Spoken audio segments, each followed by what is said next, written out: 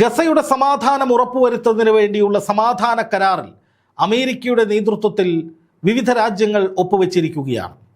America, മധ്യസ്ഥ രാജ്യങ്ങളായ Qatar, Egypt, തുർക്കി തുടങ്ങിയ രാജ്യങ്ങളാണ് കരാറിൽ ഒപ്പുവെച്ചിരിക്കുന്നത്.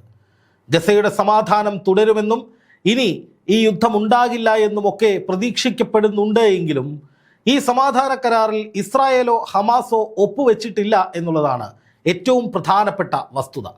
എന്നു മാത്രമല്ല, ഹമാസിൻ്റെ സമ്പൂർണമായ നിരായുധീകരണം ഒരിക്കലും നടക്കുന്ന കാര്യമല്ല എന്ന് ഹമാസ് ഇതോടകം പ്രഖ്യാപിക്കുകയും അതുമായി ബന്ധപ്പെട്ട നടപടികളുമായി മുന്നോട്ട് പോവുകയും ചെയ്തിരിക്കുന്നു. ഒപ്പം പലസ്തീനികൾ ഭരിക്കുന്ന പലസ്തീൻ രാജ്യമെന്ന നിലപാടിൽ ഒരു തരി പോലും വിട്ടുവീഴ്ചയില്ല എന്നും ഹമാസ് അറിയിക്കുകയാണ്. അതായത് വെടിനിർത്തൽ കരാറിൻ്റെ ഭാഗമായി ട്രംപ് മുന്നോട്ട് വെച്ച 20 നിർദ്ദേശങ്ങളിലെ ആദ്യഘട്ട നിർദ്ദേശങ്ങൾ മാത്രമാണ് ഇപ്പോൾ പാലിക്കപ്പെട്ടിരിക്കുന്നത്.